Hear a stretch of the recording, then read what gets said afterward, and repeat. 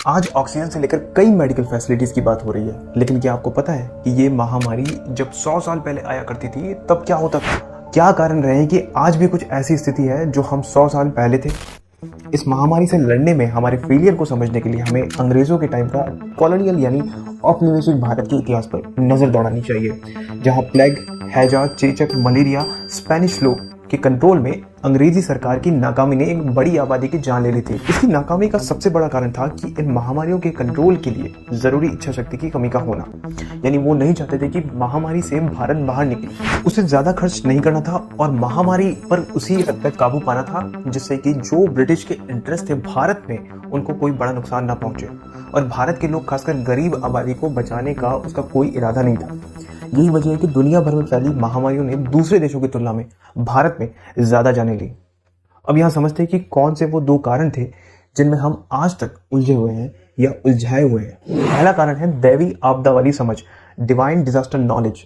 भारत में बीमारियों को लेकर लोगों की समझ बदलने में भी कोई भी कोशिश ब्रिटिश सरकार ने नहीं की। जहां यूरोप में आम लोग भी समझ गए थे कि बीमारियों की वजह जर्म यानी कीटाणु है, वहीं भारत में लोगों को ये रहने के लिए छोड़ दिया गया था कि ये महामारी दैवी आपदा के कारण आई है।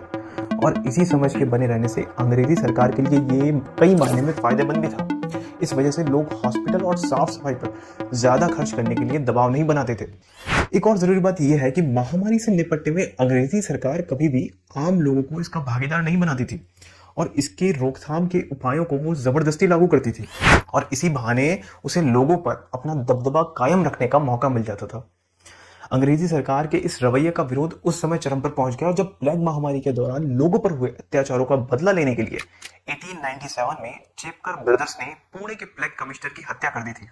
और अंग्रेजी सरकार के विरोध के लिए लोकमान्य तिलक को राजद्रोह के आरोप में जेल भी जाना पड़ा था। भारत की आजादी के बाद महामारियों से निपटने की पॉलिसी में एक साफ बदलाव नजर आता है। सबसे बड़ा बदलाव पीपल कंट्रीब्यूशन यानी जन भागीदारी का था। इसी वजह से चेचक, पोलियो जैसी बीमारियों के कंट्रोल में भारत सरकार को जरूरी सफलता मिली।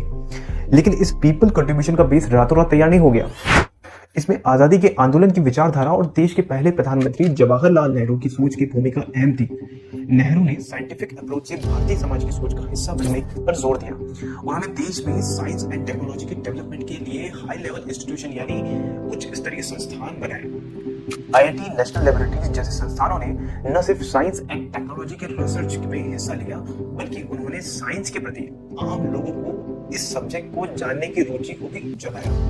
इंस्टीट्यूशन ने बिना रुके अपने प्रयासों के जरिए धीरे धीरे डायरेक्ट और इनडायरेक्ट तरीकों से लोगों की सोच को बदला, लेकिन फिर भी सोच का ये बदलाव हमारी आबादी के एक छोटे से हिस्से तक ही पहुंचा, जिससे एक बहुत बड़ी आबादी इन बदलावों से दूर रही। वहीं आम लोगों की बड़ी संख्या अंधविश्वासों में जकड़ी रही। ध्यान देने की बात यह है कि अंधविश्वास की समस्या कम पढ़े लिखे लोगों तक ही सीमित नहीं रही, बल्कि साइंस की हाई एजुकेशन ले चुके लोग भी इससे बच नहीं पाए।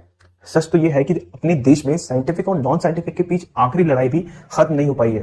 वैसे इससे भी इनकार नहीं किया जा सकता कि भारतीय समाज की यह कमजोरी पिछले कुछ सालों में बढ़ी है, और यही कमजोरी कोरोना जैसी महामारी से लड़ने में बड़ी प्रॉब्लम बनी है। कोरोना से लड़ने के लिए साइंटिफिक सोच को मजबूती से पकड़े रहने की जगह हमने टूने टुटकों के साथ साथ ऐसी सोच और दवाओं को भी बेरोक टोक चलने दिया जिन्हें साइंस ने या तो कभी माना ही नहीं और या तो उसने कभी साइंटिफिक तरह से चेक नहीं किया गया। हम भूल गए कि साइंस और अंधविश्वास साथ नहीं चल सकते। वही दूसरी लहर के आने की वैज्ञानिकों की चेतावनी को नहीं मानने और समय रहते इस पर काबू पाने में सक्सेस न होने का बड़ा कारण साइंटिफिक सोच को अनदेखा करना भी है। एक्सपर्ट्स की जानकारी और साइंटिफिक आंकड़ों को लेकर हम लापरवाह बने रहे। दूसरी लहर के आ जाने के बाद भी चुनावी रैलियां होती रही और धार्मिक प्रोग्राम भी चलते रहे। ध्यान रहे, इस खतरनाक सोच के पीछे सिर्फ तुरंत राजनीतिक लाभ की सोच नहीं है, इसके पीछे वो सोच भी काम कर रही है जो साइंटिफिक सोच में विश्वास ही नहीं रखती है।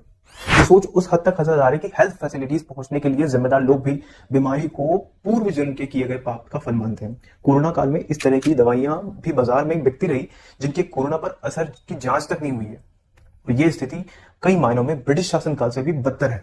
अंग्रेजों का रवैया अंधविश्वासों को नजरअंदाज करने का जरूर था, लेकिन वे उसका प्रचार प्रसार नहीं करते थे।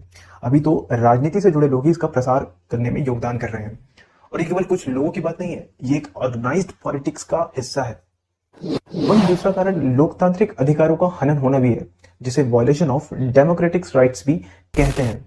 कोरोना महामारी के दौरान डेमोक्रेटिक राइट यानी लोकतांत्रिक अधिकारों के हनन का मसला भी कम इंपॉर्टेंट नहीं है। समय पर रोकथाम के कदम नहीं उठाना और आखिर में आकर आम लोगों की गतिविधियों पर हर तरह की पाबंदी लगा देना 1996 के प्लेग और 1918 के इन्फ्लुएंजा महामारी के दौरान की गई सख्तियों की ही याद दिलाता है। अंग्रेजों ने सख्तियों को कानूनी जमा पहनाने के लिए 1897 में महामारी कानून बनाया था। उस समय भी आम जनता के पार्टिसिपेशन को सुनिश्चित नहीं किया गया था और कुपोषण और भुखमरी जैसे महामारी बढ़ाने वाले फैक्टर्स को अनदेखा किया गया था।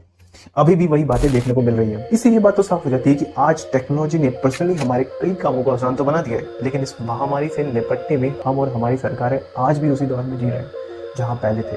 तो टेक्नोलॉजी का यहाँ हमें कोई फायदा नहीं मिला है, चाहे हम 20वीं सदी में हो चाहे वो 21वीं सदी में हो। कैसा लगा ये एपिसोड? अगर अच्छा लगा हो तो लाइक करें, चैनल को सब्सक्राइब करें, ऑल प्रेस जरूर करें।